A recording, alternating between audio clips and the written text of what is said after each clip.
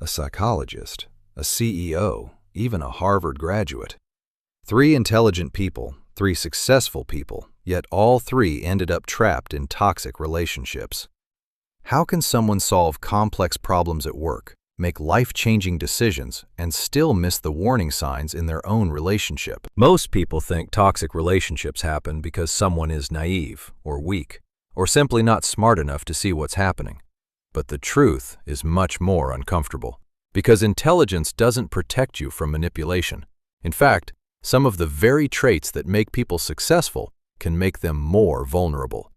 And the last reason on this list is so powerful that it can keep people trapped for years without realizing it.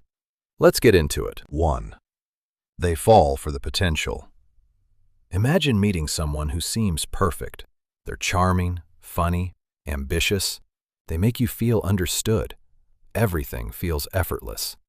At first, it feels like you found exactly what you've been looking for. But then, things begin to change. The texts become less frequent. Arguments become more common. The kindness starts disappearing. Yet instead of focusing on who they are today, you focus on who they were in the beginning, or worse, who they could become.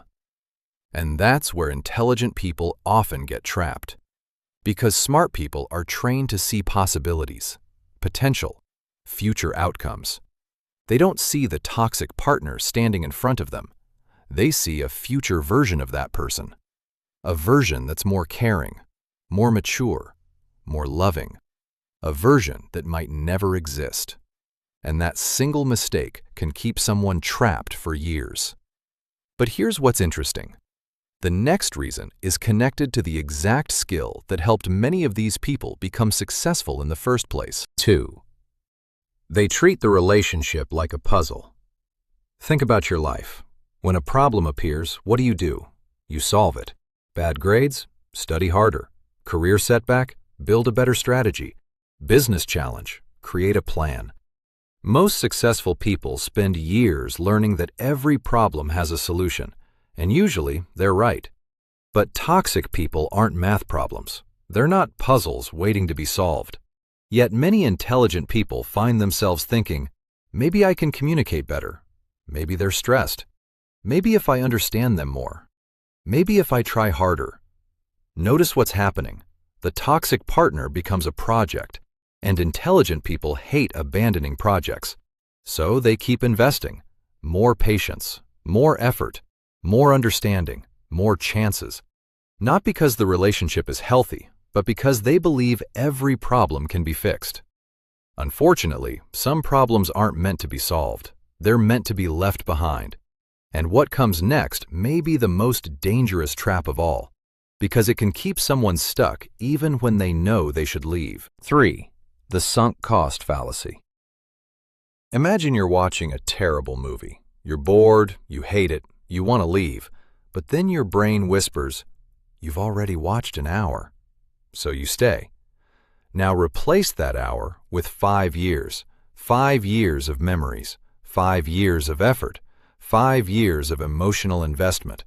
Suddenly, leaving feels impossible, not because the relationship is good, but because you've already invested so much. Psychologists call this the sunk cost fallacy, the tendency to continue something simply because you've already spent time, energy, or resources on it, and it destroys relationships. Because instead of asking, "Is this relationship healthy today?" people ask, "What about everything I've already invested?" The past starts controlling the future, and the longer someone stays, the harder leaving becomes.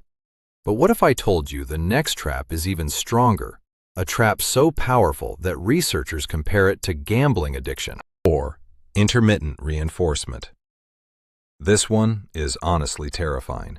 Casinos make billions using it, slot machines depend on it, and toxic relationships often run on the exact same principle. Here's how it works.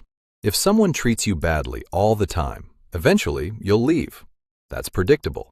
But what if they treat you badly, then suddenly become loving? What if, after days of silence, they send the sweetest message you've ever received? What if, after hurting you, they become affectionate again? Your brain becomes confused and then addicted because the reward is unpredictable. Sometimes it's there, sometimes it's not. And strangely enough, unpredictable rewards are often more addictive than consistent ones. You stop asking, "Why am I being treated this way?" and start asking, "How do I get the good version back?" That's when the relationship becomes a psychological trap. And the next reason is something almost nobody talks about, especially intelligent people. The fear of being wrong.